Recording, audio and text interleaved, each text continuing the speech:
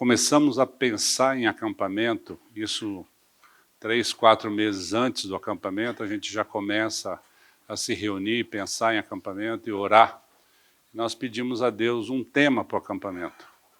E o tema do acampamento está aí no crachá de vocês. O tema é Isaías 45, verso 22. Né? Vocês já devem ter lido aí. Deus, através do profeta Isaías, ele diz para o seu povo: olhai para mim. Eu acho interessante que quando alguém fala para você, olha para mim, isso é uma coisa diferente de você conversar, trocar de opinião, falar alguma coisa que você pensa, mas olhar para mim, a força dessa expressão. E é Deus que está falando, não é o profeta Isaías. E Deus diz: olhai para mim e sede salvos. O que eu preciso fazer para ser salvo? Olhai para mim e sede salvos todos os limites da terra. Quem serão os salvos? Todos os que olharem para Deus. Como que é isso? Então o texto diz assim: olhai para mim e sede salvos vós todos os limites da terra, porque eu sou Deus e não há outro. O nosso Deus é um Deus ciumento. O nosso Deus não permite dividir a glória dele com ninguém. O nosso Deus, ele fala assim: olha para mim porque eu sou Deus. Não fica olhando para os outros. Não fica olhando para a circunstância. Não fica olhando para os problemas. Não fique olhando para aquilo que chama a tua atenção mais do que a mim. E isso tem muito, nós sabemos que tem. Nós sabemos que quem está aqui na carne, vivendo nessa carne, vivendo nesse corpo, nós temos muitas coisas que nos distraem, que tiram a nossa atenção do que realmente é importante. O que é importante na sua vida, meu irmão? Consulta o teu coração. O salmista diz assim: Senhor, sonda o meu coração e vê se há nele algum mal. E eu queria começar a nossa reflexão de hoje pedindo para você orar e pedir para o Senhor sondar o teu coração. Que o Senhor sonde o teu coração e revele para você se há no teu coração algum mal. Eu não estou dizendo de maldade, eu não estou dizendo de coisas más que você faz e eu faço e todo mundo faz, que é verdade, porque nós somos pecadores, mas eu estou dizendo mal que tira o nosso foco da presença de Deus. Aquilo que desvia o teu olhar da presença de Deus. Quando o profeta ele estava nessa parte do capítulo 45, ele estava vivendo. O profeta, todos nós sabemos que é aquele que fazia a ligação entre Deus e o povo dele. Deus falava através dos profetas, né? Hoje nós sabemos, pelo capítulo 1 de Hebreus, que ele fala através do Filho, mas antigamente, no Velho Testamento, Deus falava através dos profetas. Então ele falou através do profeta Isaías. Mas por que Deus estava falando para aquele povo? Porque aquele povo estava se afastando de Deus. Quem é esse povo? Esse povo é o povo dele, é o próprio povo de Deus. É a descendência de Abraão. É o povo que Deus separou para si mesmo. E mesmo assim, Deus tendo separado esse povo para si mesmo, esse povo estava rejeitando Deus. Esse povo não queria a presença de Deus. Esse povo criava ídolos, estava idolatrando outros deuses, estava idolatrando bens materiais, posições sociais. Será que tem alguma coisa a ver com a gente hoje? Ou é mera coincidência? O livro de Isaías também é conhecido como o Evangelho do Velho Testamento, do Antigo Testamento. Porque o livro de Isaías, ele traz a revelação do Salvador, a revelação do Filho de Deus, do Messias que haveria de vir.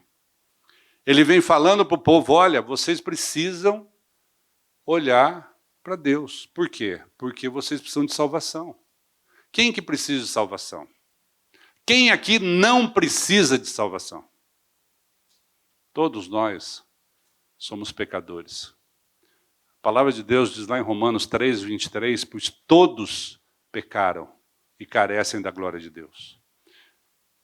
Então, onde está escrito lá na palavra de Deus, todos pecaram, lá naquele todos, você pode escrever o seu nome. O Mário, o Hélio, o Nelson, o Lê, todos pecaram. A Bíblia diz que não há nenhum justo, nenhum sequer. E não há ninguém que busque a Deus. O primeiro passo para nós entendermos, compreendermos e buscarmos a salvação, que é o que fala no texto, né? Olhai para mim e sede salvos. O primeiro passo é nós compreendermos que nós precisamos de salvação. Nós somos pecadores. E eu quero voltar um pouquinho aqui agora com vocês para dizer que como foi que o pecado entrou no mundo, né? Deus fez o homem do pó da terra, lhe soprou nas narinas o fôlego de vida e criou Adão. De Adão ele fez Eva, da costela de Adão. E o casal foi unido no jardim do Éden. A serpente veio e falou que eles podiam deixar, Deus disse que eles não poderiam comer da árvore do conhecimento do bem e do mal. A serpente veio e contou uma lorota para Eva, que falou para Adão que não tinha problema nenhum, que podia comer do fruto daquela árvore. Adão comeu. E Deus disse que se eles comessem daquele fruto, certamente eles morreriam. E foi exatamente o que aconteceu. Adão comeu, Eva comeu, deu a Adão, ele comeu, desobedeceram, o pecado entrou no mundo pela desobediência de Adão, pelo pecado entrou a morte no mundo, que não havia morte, e eles passaram a ter conhecimento do bem e do mal. Esse mal que veio com o pecado no coração de Adão é o mesmo mal que acompanha cada descendente de Adão que vem depois de Adão nesse mundo e chegou até nós. Todos nós nascemos descendentes de Adão. Todos nós nascemos pecadores. Se naquele momento que Adão desobedeceu, fez o que não era para fazer, ele tivesse ganhado um par de chifres, todos nós hoje teríamos chifres. Porque todos nós somos descendentes de Adão e somos exatamente iguais ao coração de Adão. Mas quando Deus vem e diz assim, olhai para mim e sede salvos, imediatamente após o pecado, Deus colocou Adão para fora do jardim, e aí então o pecado fez separação entre Deus e o homem, porque Deus não tem comunhão com o pecado. Adão foi colocado para fora do jardim, assim como nós nascemos separados de Deus pelo pecado, mas Deus já tinha um plano de resgate do homem. O plano de resgate do homem é que aquele pecado tinha que ser pago. Aquele pecado tinha que ser objeto de um sacrifício de morte. A Bíblia diz que o salário do pecado, o pagamento do pecado é a morte. Mas quem tinha que morrer? Você, Rafael? Eu? Todos nós tínhamos que morrer. Mas Jesus Cristo veio. Porque a morte e o sacrifício Para aplacar a ira de Deus, tinha que ser de um sem pecado. Não era um pecador que tinha que morrer na cruz. Era alguém que não tivesse pecado. E o único sem pecado era quem? Jesus Cristo. E Jesus Cristo que não pecou. Ao contrário de nós que somos pecadores. Ele topou aquele plano de Deus. Ele veio em carne. Ele deixou a deidade dele. Desceu aqui na terra. E ele nasceu de uma mulher. E ele cresceu. E ele fez o ministério dele de pregação do evangelho. E no final, ele foi para a cruz. E aquela cruz não era dele. Aquela cruz era minha. Aquela cruz era sua. Era você e eu que tínhamos que estar naquela cruz. Mas Jesus morreu no nosso lugar.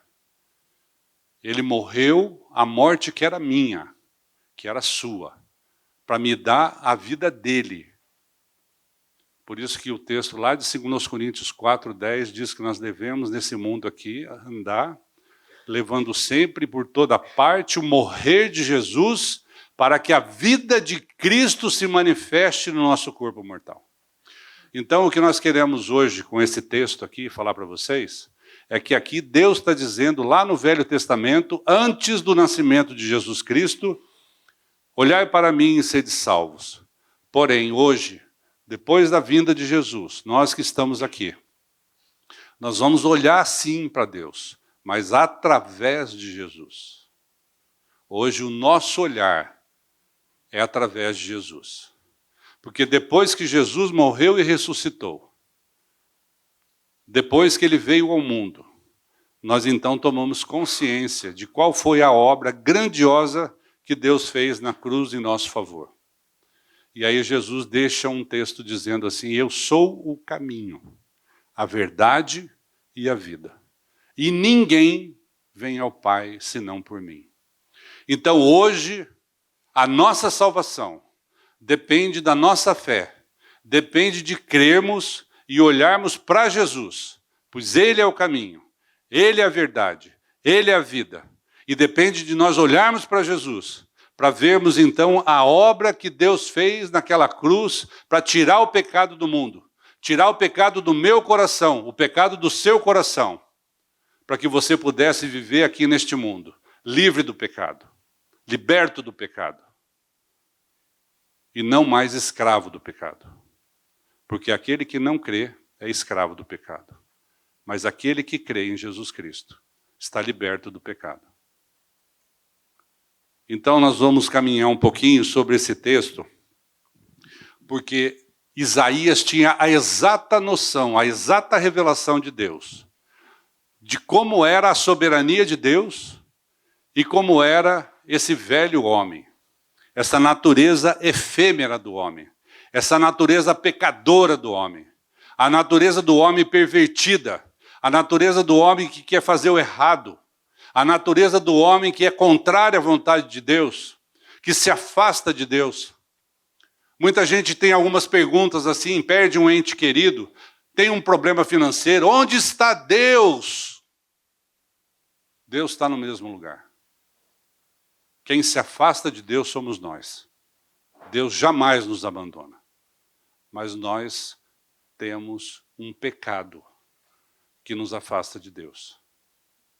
E esse mesmo livro de Isaías, ele vai dizer que Deus não está com os ouvidos. Vamos lá? Isaías 59, 1 e 2. Eis que a mão do Senhor não está encolhida para que não possa salvar, nem surdo o seu ouvido para que não possa ouvir. Mas as vossas iniquidades. Iniquidade aqui, gente, é chamada também na Bíblia de velho homem, natureza de pecado.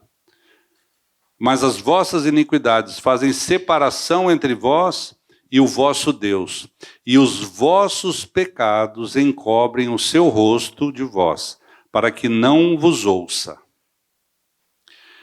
Aqui nós temos uma revelação através do texto bíblico muito pesada, porque o pecado faz separação entre nós e o nosso Deus, e é verdade. E o que eu estou falando para vocês aqui, eu estou falando de pecado.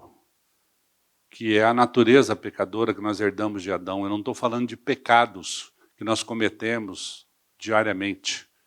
Pecado de mentir, de roubar, de adulterar, pecado de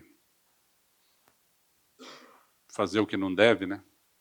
Não estou falando desses pecados, eu estou falando do velho homem, da natureza pecadora que nós herdamos de Adão, que faz com que nós tenhamos um carimbo de pecadores. Isso nós não podemos negar. Mas Jesus Cristo, aqui muitos de vocês já ouviram esse texto, é um texto muito conhecido. Quando Jesus foi para ser batizado na beira do Rio Jordão, e João Batista, então, olhando para Jesus, ele fala assim: eis o Cordeiro de Deus, que tira o pecado do mundo. João Batista estava dizendo: olha, esse aqui é o Filho de Deus, apontando para Jesus. Ele veio para tirar o pecado do mundo. E como que Jesus tirou o pecado do mundo? E ele, de fato, tirou o pecado do mundo. Tirou o pecado de cada um de nós. E como foi que ele fez isso?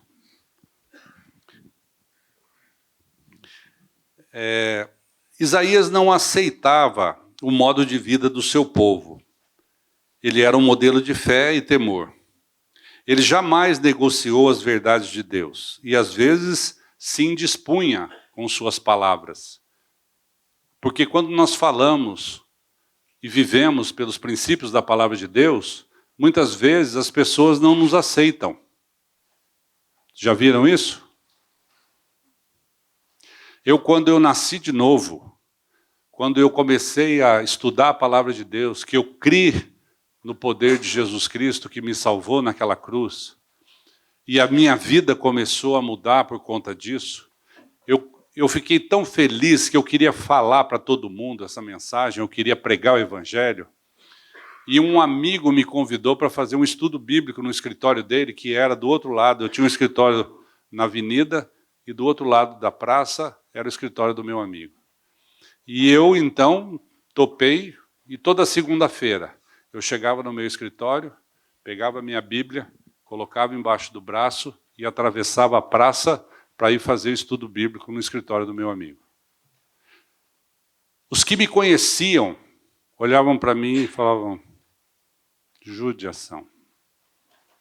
Tão gente boa, né? Virou a cabeça. Virou crente. Dr. Mário virou crente. Doidou. Não é?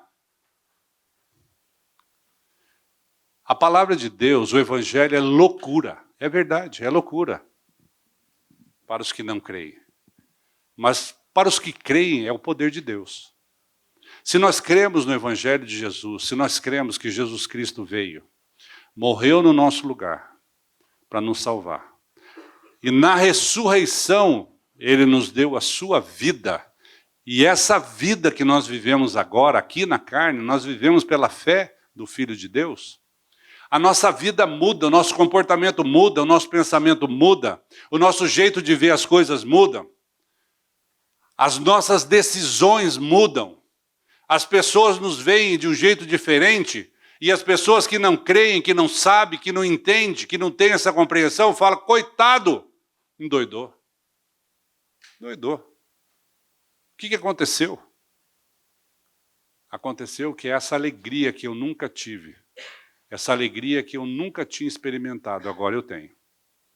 Agora eu já experimentei. Agora eu sei o que é viver na submissão de um Deus que me ama. Na submissão de um Deus que deu seu único filho a morrer no meu lugar. Um Deus que me ama de tal maneira que dá o seu único filho a morrer por qualquer pessoa, é uma prova de amor que ninguém de nós nunca, jamais experimentou. Eu tenho uma experiência comigo. Meu filho, eu tenho 3 filhos homens, o meu filho do meio estava fazendo um curso de engenharia, fazendo uma máquina mirabolante lá, parecia o professor Pardal. resolveu fazer e fabricar essa máquina na garagem de casa. Ele comprou uma serra circular para ele mesmo fazer. Né, Hernandes? Você sabe como é que é isso. E ele foi cortar uma tábua lá, cortou o dedo junto. Cortou o dedo. O dedo dele pulou fora. Um menino de 21 anos de idade. Nós ficamos tão desesperados, e Deus foi tão bom que moveu céus e terra para que a gente pudesse ter o entendimento e fazer o que era certo para poder resolver o problema. E, graças a Deus, o dedo dele foi reimplantado. Né? Hoje ele já tem 35 anos de idade, já é pai. Mas eu fiquei pensando que aquele dedo do meu filho me doeu tanto, que eu fiquei pensando, se o meu filho não tivesse um dedo, se eu tivesse um filho com menos um dedo, qual ia ser o meu comportamento, a minha sensação, meu coração estava apertado, porque o meu filho perdeu um dedo. Aí eu comecei a pensar que Deus perdeu o seu filho dele inteiro para morrer no seu lugar, para te salvar. E muitas vezes nós não queremos esse Deus, nós não olhamos para esse Deus. Nós queremos as nossas próprias coisas egoístas. Nós queremos buscar os nossos interesses para satisfazer as nossas vontades. E a Bíblia fala de concupiscência da carne. São os desejos da nossa carne. Muitas vezes nós deixamos Deus de lado. Quando nós ficamos doentes, nós corremos para o colo de Deus, porque nós não temos nenhuma potência sobre doença. Mas se você ganhar na loteria, você fala, Senhor, deixa comigo. O dinheiro o Senhor pode deixar, que eu sei administrar. Então a gente só busca Deus quando a gente não tem mais recurso. E não é isso que Deus quer. Deus quer que nós olhemos para Ele. Em todos os momentos da nossa vida. A cada minuto da nossa vida. Porque nós precisamos desesperadamente de Deus, da salvação, do amor dEle, da proteção dEle, da vida dEle e da vida de Cristo em nós. Desesperadamente.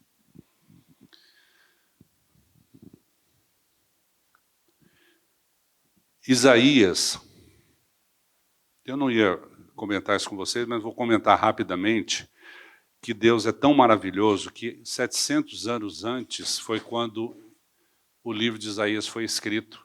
E o profeta Isaías viveu 700 anos antes da vinda de Jesus Cristo.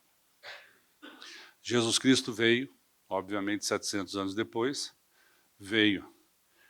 Só que antes, quando Isaías escreveu o livro, ele escreveu lá a respeito da vinda de Jesus, a respeito da profecia da salvação por meio do Messias. Ele escreveu lá em Isaías 61, 1 e 2. Vocês já estão aí no livro de Isaías, vamos lá, 61, 1 e 2. Falando sobre a vinda do nosso Salvador, o profeta escreve assim: o Espírito do Senhor estava sobre mim, pelo que me ungiu para evangelizar os pobres, enviou-me para proclamar libertação aos cativos e restauração da vista aos cegos, para pôr em liberdade os oprimidos e apregoar o ano aceitável do Senhor. Isaías estava profetizando que Jesus Cristo viria, e ele viria para essa finalidade, essas finalidades, para trazer salvação ao seu povo. Aí lá em Lucas 4, 18 e 19, Jesus Cristo, depois que ele foi batizado, depois que ele foi levado ao deserto, 40 dias depois, ele volta para Jerusalém e ele vai na sinagoga. E aí então Jesus Cristo, na sinagoga, é chamado a fazer a leitura. E entregam para ele os escritos de Isaías. E ele vai fazer a leitura. E aí Jesus Cristo, na sinagoga, ele faz a seguinte leitura: O Espírito do Senhor está sobre mim, pelo que me ungiu para evangelizar os pobres. Enviou-me para proclamar libertação aos cativos e restauração da vista aos cegos, para pôr em liberdade os oprimidos e apregoar o ano aceitável do Senhor. Fechou e sentou. E o povo ficou em silêncio. Eu imagino o que passou pela cabeça daquele povo. Nós estamos esperando o Messias. Nós estamos esperando um Salvador. Só que o que eles queriam não era um Salvador que fosse para a cruz. Eles não queriam alguém que morresse na cruz. Eles não queriam uma pessoa, um homem fraco. Eles queriam um cara que os libertasse dos romanos. Eles não queriam a libertação deles mesmos, da sua natureza pecaminosa, do seu egoísmo, da sua perversidade. Eles queriam uma libertação dos romanos. E eles estavam esperando um cara tipo o super-homem que viesse e acabasse com tudo e desse uma libertação a eles daquela opressão que eles viviam através do povo romano. Então Jesus vem e diz assim: o Espírito do Senhor está sobre mim. Então eles puderam entender que ali estava o Filho de Deus. Ali estava o Salvador, o Redentor. Então essa profecia foi cumprida. E quando eu falo para as crianças, eu costumo dizer que a única biografia que foi escrita antes do nascimento do biografado foi a vida de Jesus Cristo. Quando ele veio, tudo sobre ele já tinha sido escrito. Olhai para mim é uma forte exortação para a salvação, onde a palavra nos impulsiona a um comportamento de fé.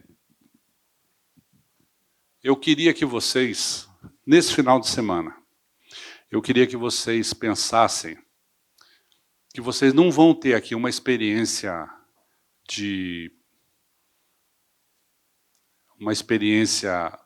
sobrenatural, etérea, uma coisa de sentimento, de sensação, mas eu queria que vocês buscassem ao Senhor conforme a revelação que Ele vai trazer ao coração de vocês pelo Espírito Santo. Que vocês buscassem ao Senhor com uma intenção, racionalmente.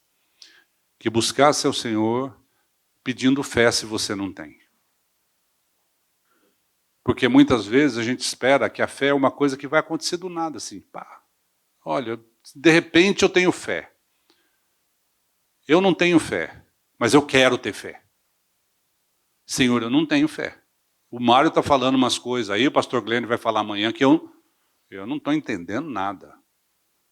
Mas eu quero. Eu quero para a minha vida. Eu quero que minha vida mude. Eu quero que Jesus seja o Senhor da minha vida. Então eu busco em oração que o Senhor me capacite a ter fé. Porque a Bíblia diz que a fé vem pelo ouvir e ouvir da palavra de Deus. Então, ore nesse sentido, para que a fé venha através de Deus, mas intencionalmente. O nosso Deus se revela a nós por meio do profeta, e aí tem um texto que está em Isaías 45, de 2 a 6, vamos abrir lá, ele vai adiante de nós com a promessa de salvação. Isaías 45, de 2 a 6. Eu irei adiante de ti, endireitarei os caminhos tortuosos, quebrarei as portas de bronze e despedaçarei as trancas de ferro. Dar-te-ei os tesouros escondidos e as riquezas encobertas, para que saibais que eu sou o Senhor, o Deus de Israel, que te chama pelo teu nome. Por amor do meu servo Jacó e de Israel, meu escolhido, eu te chamei pelo teu nome e te pus o sobrenome, ainda que não me conheces. Eu sou o Senhor e não há outro. Além de mim, não há outro além de mim. Não há Deus. Eu te cingirei, ainda que não me conheces, para que saiba, até o nascente do sol e até o poente, que além de mim não há outro, eu sou o Senhor e não há outro.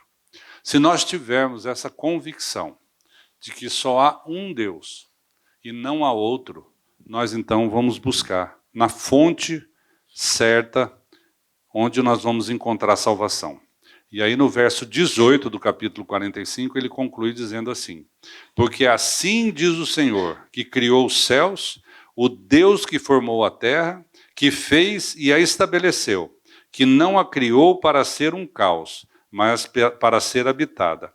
Eu sou o Senhor e não há outro. Novamente, por que será que Deus vem repetindo sempre essa expressão? Eu sou o Senhor e não há outro. Parece que ele está falando para pessoas incrédulas. Parece que ele está falando para pessoas que não estão levando em conta. Que não estão levando em conta que ele é poderoso e soberano para te salvar e para me salvar também.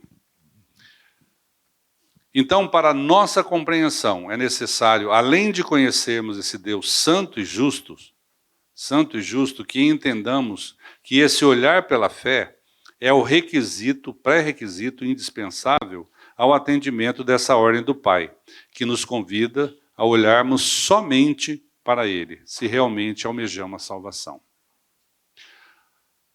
Tem uma passagem na Bíblia que Paulo está preso, e aí então as portas da cadeia se abrem, tem um terremoto, as portas da cadeia da prisão se abrem, e aí tem um soldado que está cuidando dos prisioneiros, e o soldado fica com medo, porque quando um prisioneiro escapava, o soldado morria. E o soldado fica com medo, e aí então Paulo diz: calma, não se preocupe, nós estamos todos aqui, ninguém vai fugir. O soldado então, impactado com o comportamento de Paulo e já sendo testemunho do que Paulo vinha falando, pregando e louvando dentro da cadeia, ele pergunta para Paulo assim: o que eu preciso fazer para ser salvo? O que eu tenho que fazer para ter essa vida que você tem? Para ter essa fé que você tem? Para ter esse descanso que você tem?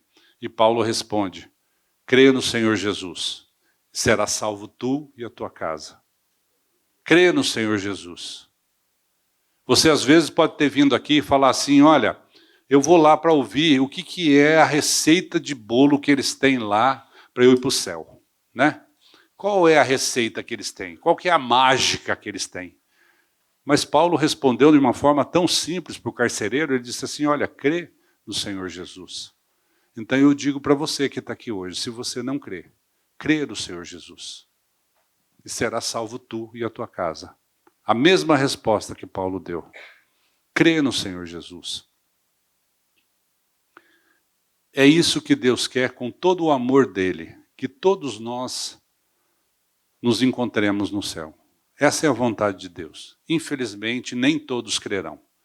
Mas a vontade de Deus é que todos sejam salvos. Agora, crer no Senhor Jesus é difícil? É difícil? É impossível? É complicado? O que falta? Por isso o texto lá do Salmo diz assim: Senhor, sonda o meu coração e vê se há nele algum mal, algum caminho mau. Pergunte aí ao seu coração, o que está te impedindo para você que não crê no Senhor Jesus? O que está impedindo para que você tenha essa vida regenerada, essa vida nova, esse novo nascimento que fala lá em João 3,3? Aquele que não nascer de novo não pode ver o reino de Deus, respondeu Jesus a Nicodemos.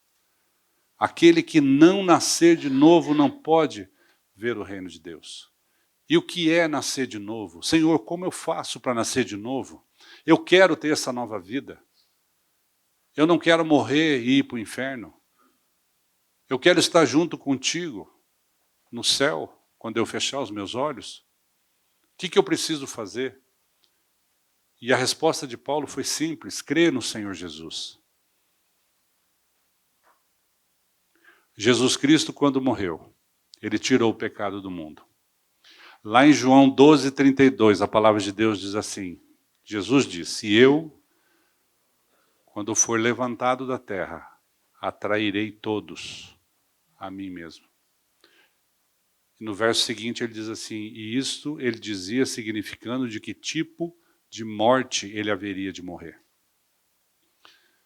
Jesus diz, eu, quando for levantado através da cruz, quando eu estiver pendurado naquela cruz, eu vou atrair o pecado da humanidade. Eis o Cordeiro de Deus que tira o pecado do mundo.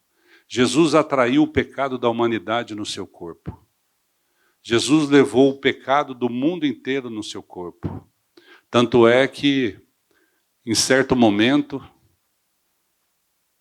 o céu se escureceu e Jesus diz assim, Deus meu, por que me desamparaste? Aquele momento, Deus virou as costas para o seu filho, que estava com o meu pecado, com o seu pecado no seu corpo, porque Deus não tem comunhão com o pecado. Então, quando Jesus levou o pecado do mundo no seu corpo, o Pai virou as suas costas e o céu se escureceu. Então ele atraiu o pecado do mundo, e eu, quando for levantado da terra, atrairei todos a mim mesmo.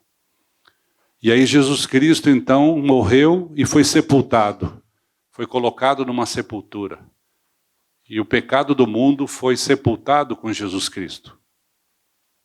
E Jesus Cristo, no terceiro dia, ressurgiu dentre os mortos. Ressuscitou. Naquela ressurreição de Jesus, nós, que estávamos em Cristo, ressuscitamos juntamente com Ele. De que forma? Uma nova vida. Nós ressuscitamos em Cristo com uma nova vida, a vida de Cristo. Por isso que Paulo diz lá em Gálatas 2, 19 e 20, logo já não sou eu quem vive, mas é Cristo que vive em mim. Aquele velho homem pecador ficou sepultado, morreu naquela cruz. Mas na ressurreição, Jesus não trouxe o pecado juntamente com ele na ressurreição. Aquele pecado ficou na sepultura. Mas a vida nova de Cristo trouxe a nossa vida juntamente com ele.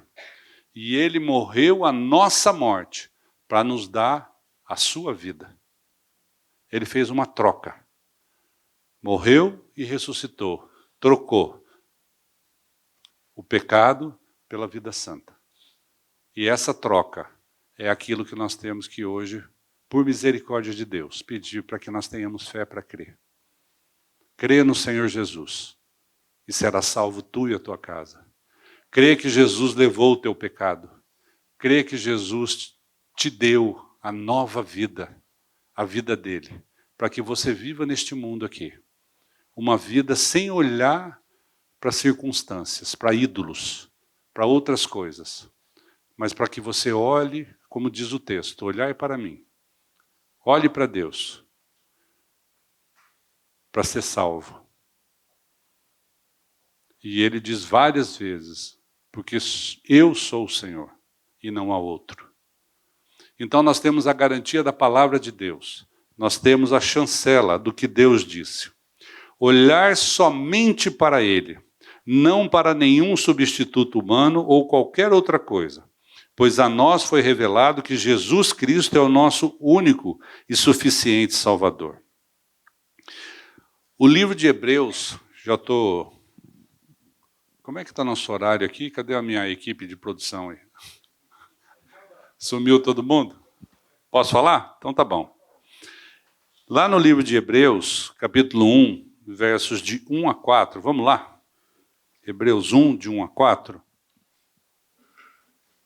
Nós vamos ver aqui, gente, caminhando pela palavra de Deus, pela Bíblia, nós vamos ver que tudo que foi dito sobre Jesus no Velho Testamento foi o cumprimento da promessa no Novo Testamento. Quando Jesus foi para ser batizado, e aí João Batista diz assim, mas como assim? Eu não sou digno de amarrar o cordão da sua sandália.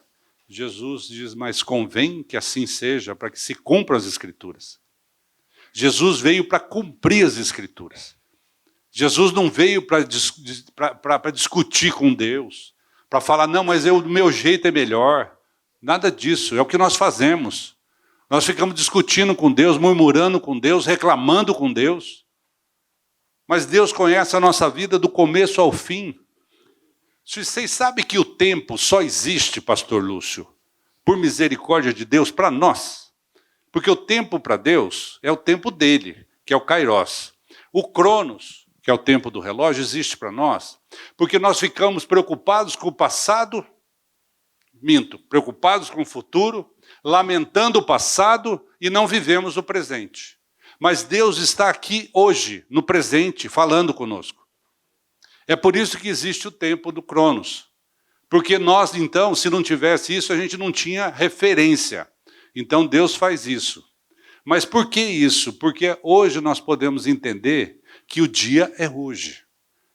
Por isso que a Bíblia diz assim, ó, se hoje ouvirdes a sua voz, não endureçais o vosso coração. Se hoje, o dia é hoje.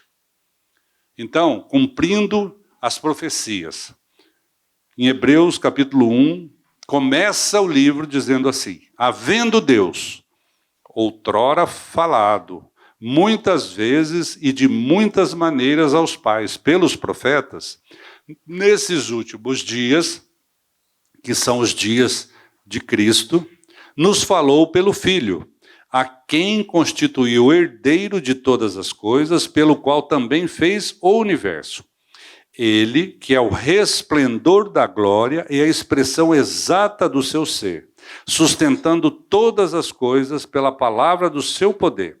Depois de ter feito a purificação dos pecados, assentou-se à direita da majestade nas alturas, tendo se tornado tão superior aos anjos, quanto herdou mais excelente nome do que eles. Aleluia! Esse é o cumprimento da profecia. Jesus veio, cumpriu com o plano de Deus para nos salvar. E depois de ter terminado a sua obra, consumado a sua obra, ele está hoje assentado à destra do Pai. E é para onde aqueles que creem em Jesus irão. E como diz o pastor Glenn, se eu estivesse numa igreja de crente, eu ia ouvir um amém bem forte.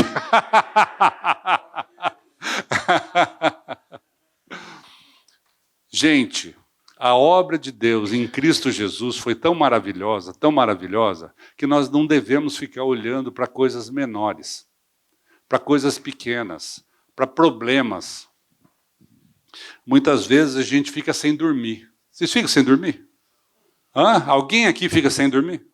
Ninguém, né? Todo mundo dorme, só eu que não durmo.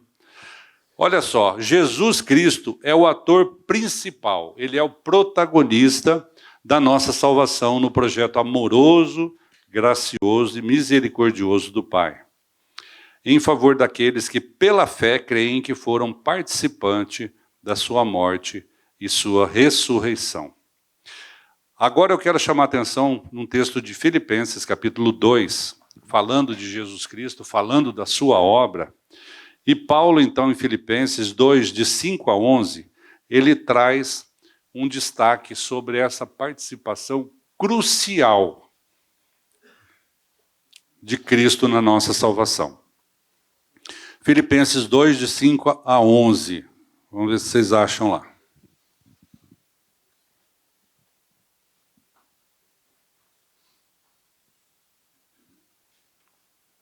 Essa questão que eu falei do presente é interessante porque isso é muito didático, né? Às vezes a gente fica sem dormir, porque a gente fica pensando no que aconteceu ontem, sentindo culpa, e aí preocupado com o que vai acontecer amanhã, sendo que talvez nem aconteça, né? A gente fica preocupado, nossa, o que eu vou fazer amanhã? Quantas vezes eu me preocupei e eu não fiz nada e a situação se resolveu porque Deus resolveu. Porque Deus resolve, gente. Eu costumo falar que eu tenho um trato com Deus que não me falte vaga de estacionamento. Muita gente acha graça. Mas Deus é um pai tão amoroso, não é? E qual o filho que pede para o pai qualquer coisa e o pai não dá? Qual é o filho Agora, você quer ser filho de Deus? Quem falou aí? Rapaz, te conheci desse tamanho assim, ó. Sabe que é mentira, né? Porque vaga para idoso é o que menos tem, porque tem tanto idoso que as vagas estão tudo ocupadas. Mas olha só. Brincadeira, gente. O que acontece? Quando a gente está buscando a face amorosa de Deus e a gente pede qualquer coisa, esse Pai amoroso, ele concede ao Filho o que é da vontade dele. E muitas vezes o filho não sabe pedir. E muitas vezes o filho pede coisa que é para o próprio mal dele, que é para o prejuízo dele, não é? Esses dias o meu filho chegou, eu tenho 6 netos, graças a Deus, tenho um monte de neto. Meu filho chegou, tem um netinho, ele tem um filhinho de 6 anos, o Arthur. Pai, o que você acha? Eu estou querendo comprar uma motinha daquelas de motorzinho para o Arthur. Eu falei, de jeito nenhum. Imagina, o moleque tem 6 anos de idade, você vai dar uma motinha para o menino? Nem grande eu não quero. Imagina com 6 anos de idade, é perigoso. Então, o Arthur quer. Tá bom, só que o Arthur não sabe o que quer. O Arthur não tem noção do perigo. Ele tem 6 anos de idade. Então, nós, muitas vezes, agimos diante de Deus dessa forma. A gente não sabe o que nós pedimos. Nós pedimos coisas para o nosso próprio mal, porque a gente não sabe. Então, Deus tem a nossa vida como se fosse do começo ao fim. Ele conhece o filme. Não tem dia tal, tal, tal, ano tal, tal, tal. Não existe. Para Deus, Ele sabe a nossa vida do começo ao fim. Nós não sabemos o que vai acontecer daqui 5 minutos e a gente quer determinar. Ó, Senhor, faz isso que amanhã eu faço aquilo, depois de amanhã, o ano que vem. A gente não sabe nem se vai estar vivo daqui 5 minutos. Mas Deus, que conhece a nossa vida, Deus que tem, na palavra dele diz, que a vontade dele é boa, agradável e perfeita. E o que nos cabe é nos submetermos à vontade do Pai. É submissão, é dependência da vontade do Pai. É isso que Deus quer, que nós sejamos dependentes da vontade dele. E muitas vezes a gente fica preocupado. E a Bíblia diz assim, Salomão escreveu, já fui moço, viu? Já fui moço e hoje sou velho. Salomão falando, não sou eu não, é o Salomão falando. Mas eu jamais vi um justo mendigar o pão e nem a sua descendência padecer necessidade. Olha a promessa do nosso Deus. Nós não vamos passar nenhuma necessidade. Mas Deus não vai te dar aquilo que não vai te trazer nenhum tipo de benefício. Pelo contrário, eu sempre falo que se eu ganhar na loteria, eu me afasto de Deus. Eu fico tão poderoso que é capaz de eu achar que eu agora não preciso de Deus mais. Só eu, né? Vocês eu acho que não. Mas o dinheiro, a Bíblia fala tanto em dinheiro, por quê? Porque o dinheiro é um problema sério na nossa vida, não é? Olhar para o dinheiro é uma das coisas que Deus está falando aqui. Olhar para mim e não para o dinheiro. Olhar para mim e não para os bens materiais. Olhar para mim e não para os outros deuses. Olhar para mim e não para as circunstâncias. Vamos lá para o texto, Filipenses 2, a partir do verso 5. Tende em vós, acharam aí?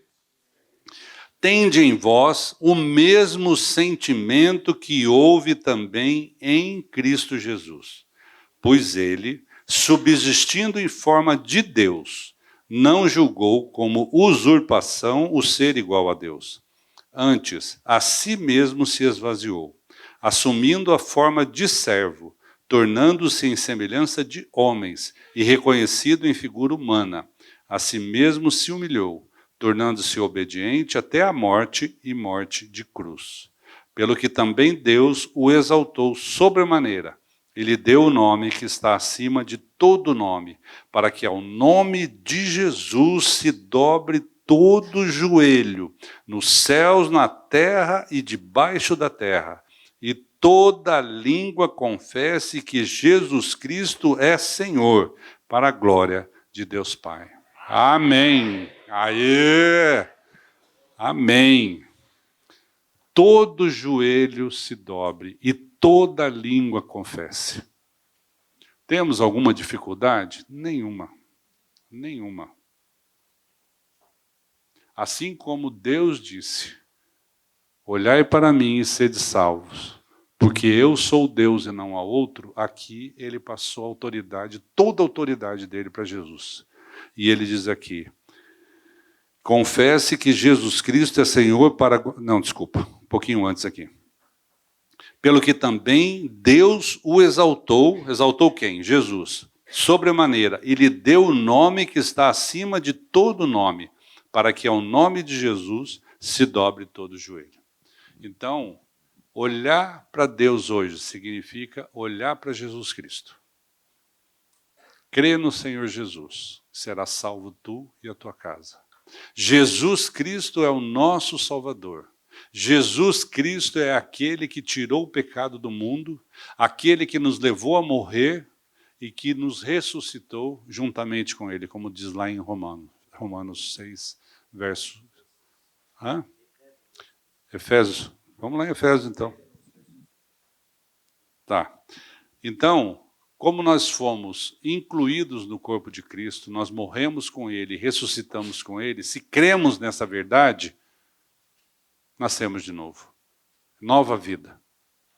Amém? Nesse texto, temos a perfeita compreensão de que toda a soberania e toda a autoridade do Pai foi outorgada por ele ao seu Filho Jesus Cristo, inclusive e especialmente sobre a salvação do homem.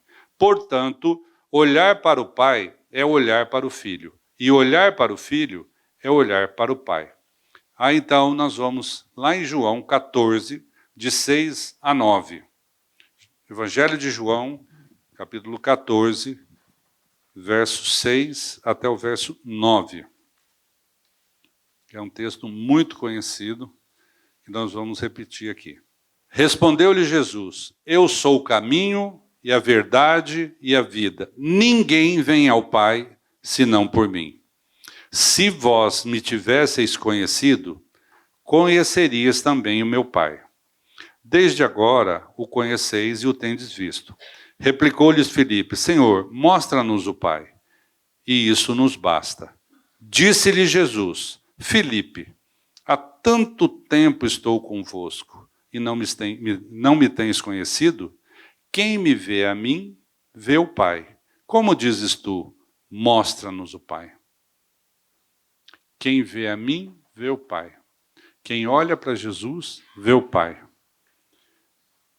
Essa declaração de Jesus deixa claro que ele e o Pai são um, revelando a divindade de Cristo e a sua unidade com o Pai. Essa mesma salvação mencionada em Isaías 45, 22, onde o Pai nos convoca a olharmos para ele. Porém, hoje nós sabemos que somente chegamos ao Pai por meio do Filho. Aí em 1 Timóteo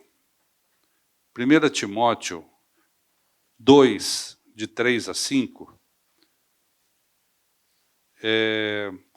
Paulo escreve assim, eu acho que eu não copiei o texto aqui, deixa eu ir lá. 1 Timóteo 2, de 3 a 5. Isto é bom e aceitável diante de Deus, nosso Salvador, o qual deseja que todos os homens sejam salvos e cheguem ao pleno conhecimento da verdade. Porquanto há um só Deus e um só mediador entre Deus e os homens, Cristo Jesus, homem, o qual a si mesmo se deu em resgate por todos, testemunho que se deve prestar em tempos oportuno.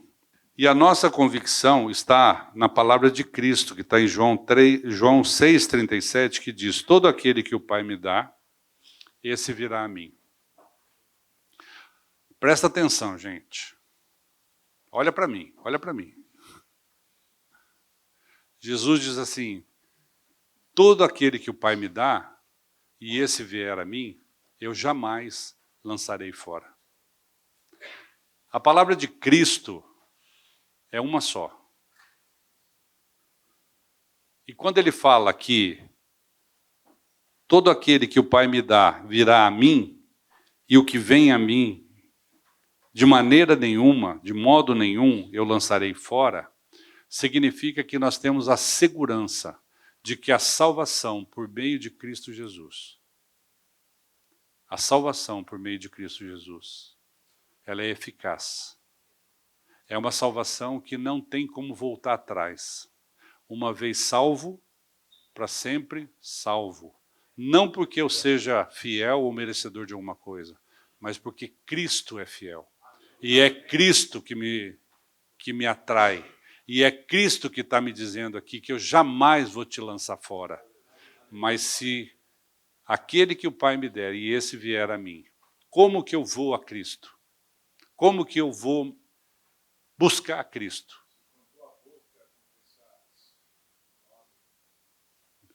Vamos lá, Elião? Romanos 10, 9 e 10. Vamos achar esse texto aí que é maravilhoso. Porque eu posso querer ter uma participação, e tenho uma participação. Esse texto de Romanos 10, 9 e 10, ele vai dizer como que você pode fazer. Como que você pode buscar o Senhor intencionalmente. Amados, presta atenção. Olha aqui para mim. Olha aqui para mim. Tem um C aí.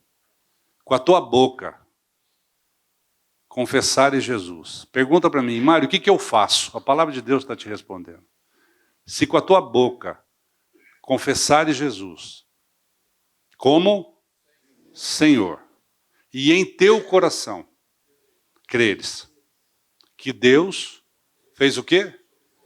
O ressuscitou dentre os mortos, o que acontece? Será salvo. Olha só, e o verso 10? O verso 10 diz assim: porque com o coração se crê para a justiça, e com a boca se confessa a respeito da salvação. Quer a receita do bolo? Está aí a receita do bolo. Se com a tua boca confessares Jesus, e em teu coração creres que Deus o ressuscitou dentre os mortos, serás salvo. Olhai para mim e sede salvos. Confessa Jesus e será salvo. Crê no Senhor Jesus e será salvo. A palavra de Deus, de ponta a ponta, de Gênesis a Apocalipse, ela nos busca para a salvação. Ela nos atrai para a salvação. Porque o projeto de Deus, o único projeto de Deus para nós é nos salvar. O único projeto de Deus é a conta já foi paga. Jesus Cristo já morreu. Ele morreu a nossa morte. Ele já nos deu a sua vida. Você crê nisso? Amém. Amém. Se você crê, a palavra de Deus te garante que se você crê no Senhor Jesus, você é um salvo. Você é um nascido de novo. Você tem uma nova vida. E a vida regenerada. E um texto que a gente gosta muito, né, pastor? Que está lá em 2 Coríntios 5, de 14 a 17, né? Que vale a pena a gente ler agora. O Elião já me deu o sinal lá que acabou meu tempo, mas não tenho medo dele, porque ele é pequeno. Então, vamos lá. 2 Coríntios. Esses dias um cliente meu falou assim, eu estou fazendo um negócio aí, minha mulher falou que é para não fazer, mas eu não tenho medo dela. Mas eu não vou fazer do mesmo jeito, porque eu tenho pavor. Eu não tenho medo, eu tenho pavor. Assim estou eu com ela, eu não tenho medo dela, eu tenho pavor. 2 Coríntios 5, de 14 a 17, diz assim, achou aí, pastor? Pois o amor de Cristo nos constrange, julgando nós isto. Um morreu por todos, logo todos morreram. E ele morreu por todos, para que os que vivem não vivam mais para si mesmo, mas para aquele que por eles morreu e ressuscitou. Continua. Assim que nós, daqui por diante, a ninguém conhecemos segundo a carne. E se antes conhecemos Cristo segundo a carne, já não agora. Já agora não o conhecemos deste modo. E se, conforme o irmão disse, se alguém está em Cristo, nova criatura é. E as coisas velhas? Eis que tudo. Aleluia. Gente, é maravilhoso. É maravilhoso a gente tomar posse da palavra de Deus. A palavra de Deus que nos garante. Não é Mário, não é pastor Glênio, não é pastor Maurício. É a palavra de Deus. E a palavra de Deus vem testificar no nosso coração. Peça ao Senhor, se você ainda não tem essa convicção, peça ao Senhor que hoje, antes de você se deitar, você se coloque diante dele. Fala, Senhor, eu não creio. Esse povo está tudo doido, estão falando umas coisas que eu nunca ouvi na minha vida. Mas eu quero crer, porque eu quero ter uma vida eterna juntamente com o Senhor. E se alguém está em Cristo, é uma nova criatura. As coisas velhas já passaram, eis que se fizeram novas. Se com a tua boca confessares Jesus como Senhor, e em teu coração creres que Deus o ressuscitou dentre os mortos, serás salvo. Aleluia. Amém?